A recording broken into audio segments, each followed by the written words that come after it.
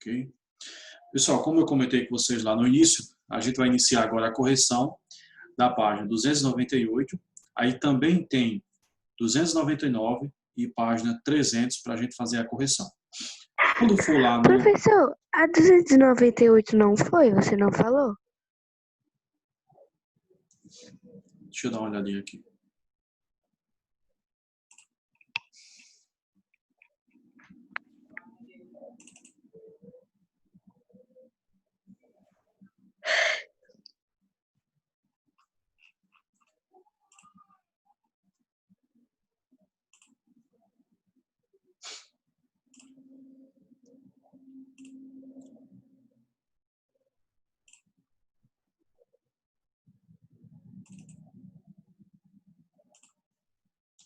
Pessoal, preste atenção. Esse slide que eu estou usando aqui, ó, foi o slide da semana. Deixa eu ver aqui. Foi o slide que a gente usou a semana passada, certo? E no final, eu passei essas atividades aqui, ó. 298, 299 e página 300. Isso aí desde a semana passada.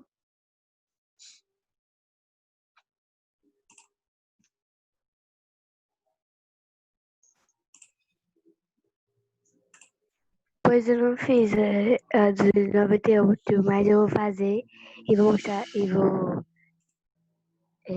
mandar no formulário. Ok.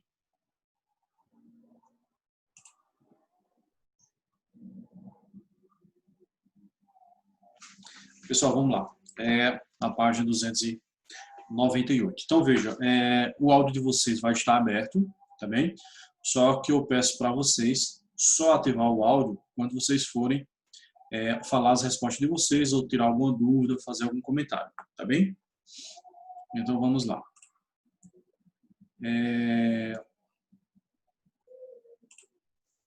Então, preste atenção, acompanhe aí o material de vocês. O quesito número 1 da página 298, ele diz o seguinte: observe novamente a figura 9, presente na página 287, para responder aos itens. A letra A diz o seguinte: em que parte da América do Sul há maior concentração de vulcões ativos? Mais uma vez, em que parte da América do Sul há maior concentração de vulcões ativos? Qual foi a resposta de vocês? Eu coloquei em MIST, professor. Eu coloquei cordilheiras. Quem foi que respondeu primeiro? Eu não entendi. Elisângela. Elisângela, qual foi o nome que você citou? Eu não consegui entender bem. MIST. Mister? Sim. Você... Ok, vamos lá. Eu vou fazer um comentário posteriormente. Gente, qual foi a resposta de vocês? Eu coloquei Chile e Colômbia. Chile e Colômbia. Tá bem. Quem mais a gente respondeu? Eu também coloquei, professor, Chile e Colômbia. Okay. Professor, eu coloquei na parte oeste da América do Sul. Ok. Quem mais? Vamos lá, gente. Qual foi a resposta de vocês? Na costa oeste. Na costa oeste. Vamos lá, gente. Quem mais respondeu? Veja só, pessoal. Durante nossas aulas, principalmente quando nós falamos sobre placas tectônicas, nós vimos que os vulcões, terremotos, eles são originados...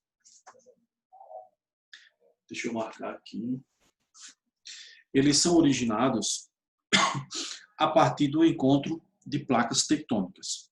Seja choque, seja afastamento, ou seja aquele movimento lateral, também chamado de transformante. E nós vimos que a Cordilheira dos Andes, ela é formada a partir do choque da placa tectônica sul-americana e da placa tectônica de Nazca. Tá bem? Então, a resposta é a seguinte. A pergunta, deixa eu ver novamente a pergunta. A pergunta diz, em que parte da América do Sul há maior concentração de vulcões ativos? Veja só, como muitos colocaram, a parte que ocorre, a parte que tem os vulcões ativos é na parte oeste dos Estados Unidos, na Professor. cordilheira, sim, Que página? página 298. Ok. Então, a parte da América do Sul que mais tem vulcões ativos é a parte oeste, que está localizada lá, o quê? A Cordilheira dos Andes. Tá bem? Então, na parte oeste, na Cordilheira dos Andes. Ok? Pessoal, alguma pergunta, algum comentário? Não? Então, vamos adiante. A letra B, ela diz o seguinte. Você pode repetir, professor, por favor? Na parte oeste, na Cordilheira dos Andes.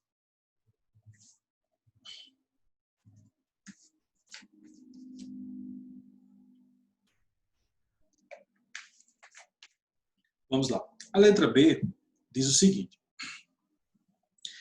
Que tipo de movimento ocorre no limite entre a placa do Pacífico e a placa euroasiática?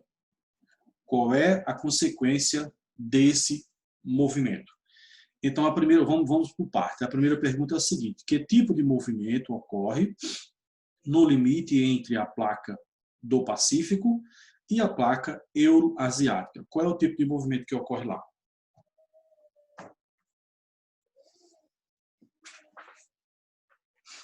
Vamos lá, gente? Quem respondeu?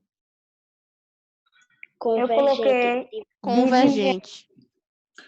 Exatamente. O movimento que ocorre é o movimento convergente. Ok. Agora, a segunda pergunta que está lá também na letra B. De quais são as consequências desse movimento? Surgem vulcões e ocorrem terremotos e maremotos. Ok. Ocasiona a formação de montanhas, cordilheiras e vulcões. Ok. Quem mais respondeu, gente? Vamos lá, gente. Quem mais respondeu? erupções vulcânicas, terremotos. Ok. Quem mais respondeu, gente? Vulcões e terremotos. Beleza. Vamos lá, gente. Quem mais respondeu?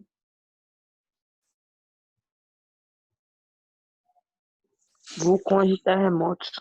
Ocasiona vulcões e terremotos. Ok. Então, veja só. Vulcões e terremotos. A gente já viu que o movimento que ocorre é o movimento convergente, não é isso? E a gente sabe que esse movimento convergente, ele origina o quê? Ele origina cadeias de montanhas e também, próximo às bordas dessas placas, origina-se o quê? A existência de vulcões, de terremotos, tá bem?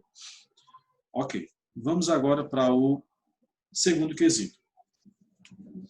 O segundo quesito, ele diz o seguinte. Deixa eu pegar uma caneta aqui para mim. O segundo quesito diz o seguinte. Assinale a alternativa que não caracteriza corretamente o intemperismo. Mais uma vez. Assinale a alternativa que não caracteriza corretamente o intemperismo.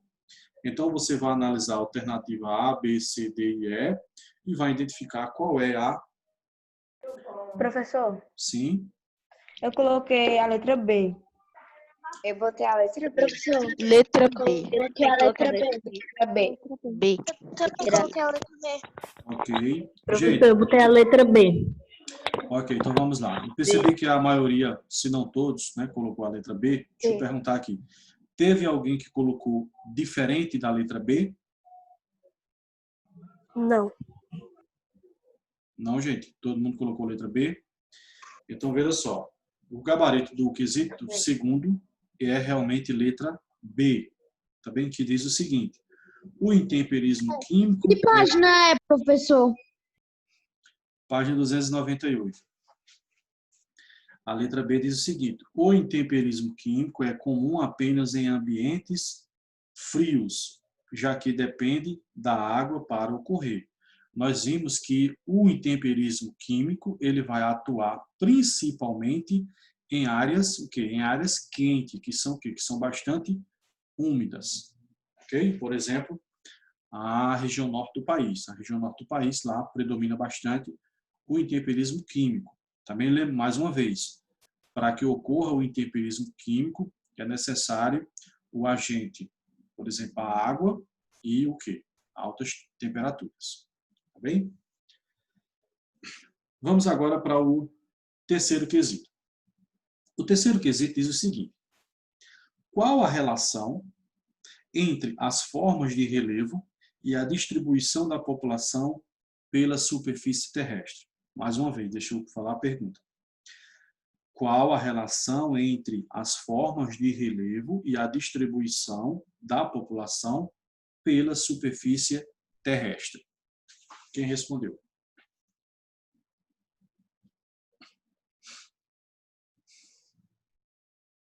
Vamos lá, gente. Quem respondeu? Espera aí que eu estou olhando aqui no meu caderno, professor. Professor, Sim. eu respondi que o ser humano pode modificar as formas de relevo. Certo. Qual é o que você está falando agora, professor? Eu estou falando Quarto. do terceiro. Do terceiro. O terceiro, gente. Terceiro da página 298. Pessoal, quem mais respondeu o terceiro? Professor, quem modifica o seu relevo? Professor, Sim. eu coloquei assim. A formação do relevo pode dificultar ou facilitar o acesso da população à construção de edifícios, na agricultura e etc. Ok. João Lucas, a sua até agora é a que está mais coerente. Tá bem? Gente, quem mais respondeu?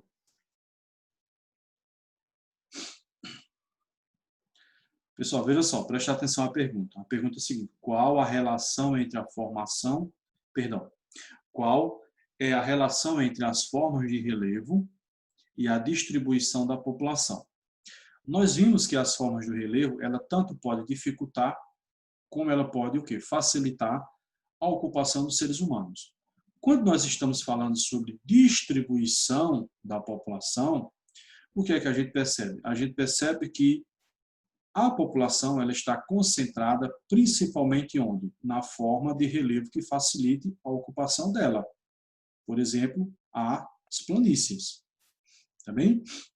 Então, mais uma vez, nós vamos perceber que a população ela se distribui com facilidade nas planícies. Agora, nas formas de relevo mais onduladas, por exemplo, montanhas, planaltos, serras, morros, a gente percebe que a concentração da população nessas formas de relevo, ela é o quê? Ela é baixa. Ok? Alguma dúvida, algum comentário? Oi? Professor, eu coloquei assim, ó. É pouca, pois a humanidade, a população costuma fazer casas, moradias em lugares mais planos. Ok, está coerente também. Mais alguém quer falar, gente? Professor, você poderia repetir sua resposta? Que eu coloquei aqui uma resposta, só que eu achei que a minha foi muito diferente da sua. Tá. Você poderia falar a sua, porque se ela estiver coerente, feita a de Fernanda, eu digo a você que está coerente. Gente, Eu lembrando... coloquei, nessa região, a quantidade de pessoas é pouca. Veja, a gente vai perceber que a quantidade de pessoas ela é pouca nas formas de relevo que mais onduladas, planaltos, montanhas, serras, colinas. Agora, nas planícies, o que é que a gente percebe? A gente percebe que nas planícies existe o quê? Existe uma grande concentração da população. E isso é bem óbvio, por quê? Porque na planície, essa forma de relevo, ela facilita aí a ocupação dos seres humanos. Tá bem? Ok. Professor, eu coloquei que a Sim. população depende muito da superfície terrestre, tanto no cultivo quanto na moradia. Certo. Aí você pode complementar que essa ocupação ela é facilitada, por exemplo, na planície e ela é dificultada nas outras formas de relevo, por exemplo, planalto, montanhas, serras. Tá bem? Gente, podemos continuar? Sim, professor. Vamos lá. Então, agora Sim. vamos para o quarto quesito. Continue. Professor, Sim? você poderia repetir o seu, porque o meu travou na hora que você falou. Veja, preste atenção à pergunta. A pergunta é a seguinte: qual é a relação entre as formas de relevo e a distribuição da população na superfície terrestre? A gente percebe que essa distribuição, ela se dá de que forma? Nas planícies, a gente vai ter o quê? Vai ter grande concentração da população. Agora, já nas formas de relevo onduladas, irregulares, por exemplo, as montanhas, os planaltos, as serras e os morros, a gente vai perceber que a concentração de população nessas áreas, ela é o quê? Ela é muito pouca. Tá bem? Obrigada. Ok, podemos ir para o quarto, não é isso? Vamos lá. Ô, professor, eu coloquei Sim? assim. Eu coloquei a população ocupa na superfície terrestre. Desculpa, mas eu não compreendi bem. Você fala novamente? Coloquei assim. A população ocupa muito na superfície terrestre. Certo, mas qual é a parte da superfície terrestre que a população ocupa mais? As planícies, tá bem? Já os morros, as montanhas, as serras, a população ela ocupa muito pouco essas áreas aí, tá bem? Pessoal, o quarto Ok. quesito, ok? O quarto quesito, ele diz o seguinte: responda aos itens abaixo de acordo com as principais formas de relevo emersa. Quando nós estamos falando sobre principais formas de relevo emersas, nós estamos falando sobre as formas de relevo aqui na superfície terrestre, tá bem? A letra A diz o seguinte: em qual forma de relevo predomina o processo de sedimentação? Planícies. Quem respondeu? João Lucas foi? Eu botei planície. Ok. Os colegas colocaram qual, gente? Vamos falar aí a resposta de vocês.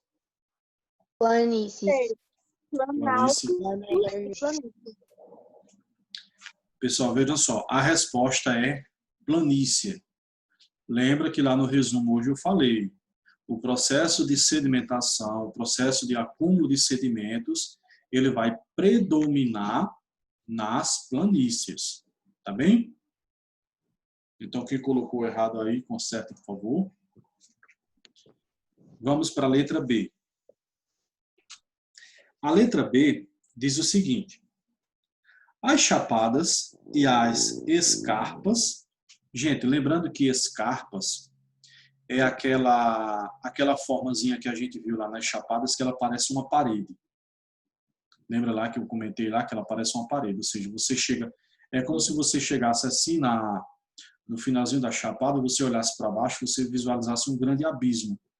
Tá bem? Então vamos lá, a letra B diz o seguinte: as chapadas e as escarpas estão relacionadas a qual forma de relevo? Planaltos. Planaltos. Ok, gente, exatamente, planalto. Ok? Então a resposta da letra B do quarto, planalto. Ok? Agora vamos para a letra C. A letra C diz o seguinte: em qual forma de relevo é comum a prática do terraceamento? Em que consiste essa técnica? Qual foi a resposta de vocês?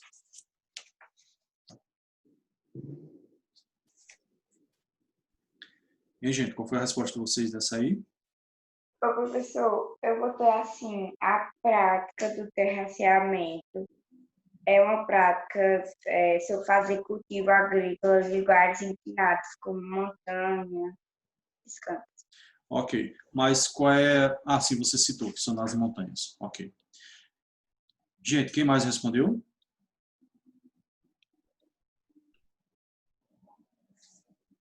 Vamos lá, gente, quem mais respondeu essa questão aí, gente? Coloquei a mesma coisa que a Elisângela mesmo. Veja a só. prática de plantar em montanhas. Veja só, a letra C, a primeira pergunta é a seguinte: em qual forma de relevo é comum a prática do terraceamento? A forma de relevo é nas montanhas. Professor, Montanha. Sim, a letra B é planalto, né? isso. Não. Ok. Sim, na letra C eu coloquei assim, montanhas. A primeira pergunta, em qual forma de relevo é comum a prática do terraceamento? Eu coloquei montanhas. E perguntou, em que consiste essa técnica? Eu coloquei na plantação. Veja, quando ele fala em que consiste essa técnica, O que essa técnica consiste em quê? Consiste na produção, né? Na produção de quê? De terraços. De terraços em montanhas, para quê? Para facilitar a prática de atividades econômicas. Tá bem?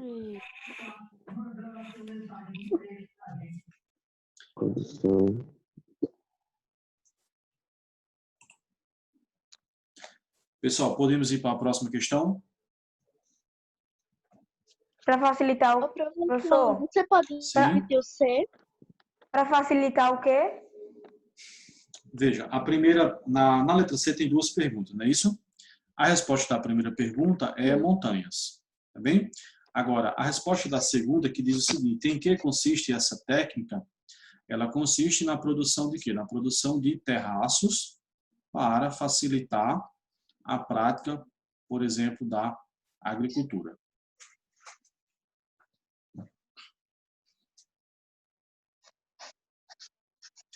Podemos ir para o próximo? Sim. Pessoal, o quinto diz o seguinte, acompanha aí.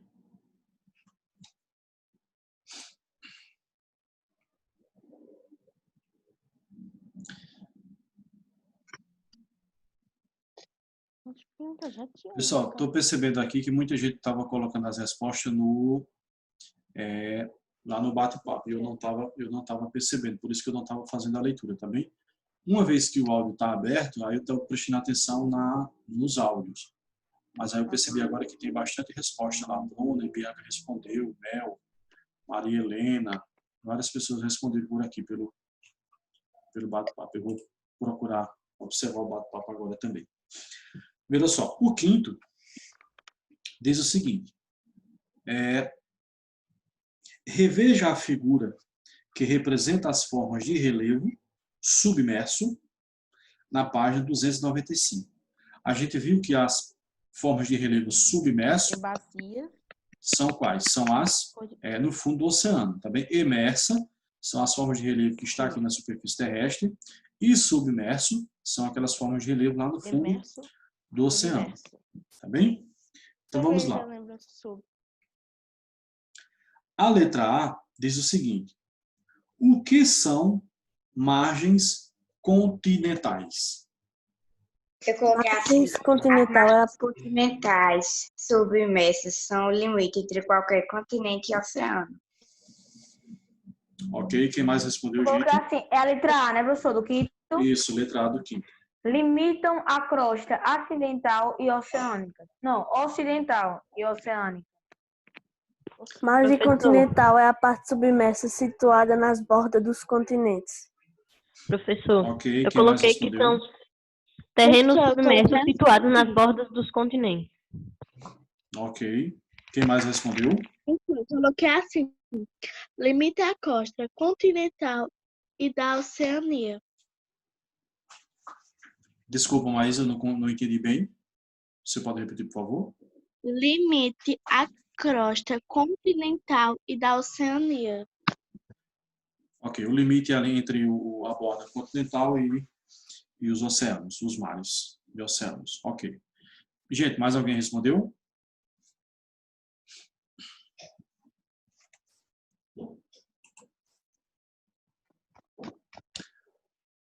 Deixa eu ver aqui, alguém colocou aqui no bate-papo, limite entre qualquer continente e oceano.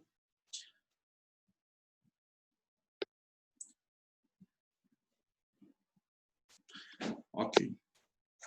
Tainá e Maria Helena responderam praticamente o que os colegas já tinham respondido. Então, bem, gente, a gente pode compreender como a plataforma continental como sendo mesmo ali, simplificando, como sendo aquela borda ali, aquele limite que fica ali entre, né, a borda do continente e ali o início dos mares e oceanos, tá bem? Vamos lá. A letra B do quinto, ela diz o seguinte: qual é a relação entre a dorsal meso-oceânica e os limites divergentes de placas tectônicas? Qual é a relação da dorsal meso-atlântica com os movimentos das placas tectônicas divergentes? Professor, eu coloquei Sim. aqui. As dorsais mesoceânicas são formadas em locais que há limites divergentes. Ok. Quem mais respondeu? Eu coloquei assim, professor. Tá me ouvindo? Sim. Eles geralmente aparecem perto de lugares de separação de placas tectônicas. Ok. Separamento, separação, mesma coisa que divergente. Ok. Quem mais respondeu essa? Eu coloquei, eles dão origem às dorsais mesoceânicas. Ok, gente, veja só. A relação que existe entre os movimentos divergentes e a dorsal mesoatlântica é que ela foi e está sendo, né, que ela está expandindo, ela foi originada justamente ali no limite dessas placas, onde ocorre o movimento de divergente, tá bem? O movimento de separação. Ok? Professor, eu coloquei separação. Não, tá no mesmo. Ok? Agora vamos... O senhor poderia repetir a resposta que eu não deu travado na hora que o senhor falou? Veja só, a relação entre a dorsal mesoatlântica e o movimento chamado divergente é que esse conjunto de montanhas, dorsal mesoatlântica, ele foi originado justamente aonde? Justamente ali onde ocorre a divergência entre essas placas, a separação entre essas placas, que é a placa sul-americana e a placa da África.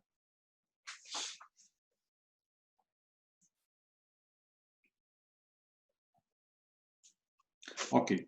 Gente, vamos para o sexto? Vamos. Vamos lá. Para você responder o sexto, você teria que primeiro fazer a leitura, é isso, desse pequeno texto que tem aí. Aí depois tem a letra A que diz o seguinte: quais placas tectônicas foram responsáveis pelo terremoto no México? Essa é a primeira pergunta. Aí depois diz: que tipo de movimento elas fazem? Professor, Sim. eu coloquei assim, a placa norte-americana e o movimento que elas fazem é convergente. Eu coloquei a placa norte-americana e a placa de coco, não sei como é que se lê isso aqui. E que tipo de movimento elas fazem? É aquele movimento delas se encontrando, que eu esqueci o nome aqui, que eu não anotei. Movimento de colisão, de choque ou de convergência. Bem? Isso. Então, veja só. Professor, Sim. coloquei a placa de cocos e a placa norte-americana. Ok. As placas, a placa norte-americana e a placa de Cocos. Agora, o movimento que elas realizam é o movimento convergente, ou movimento de colisão, movimento de choque. Tá bem?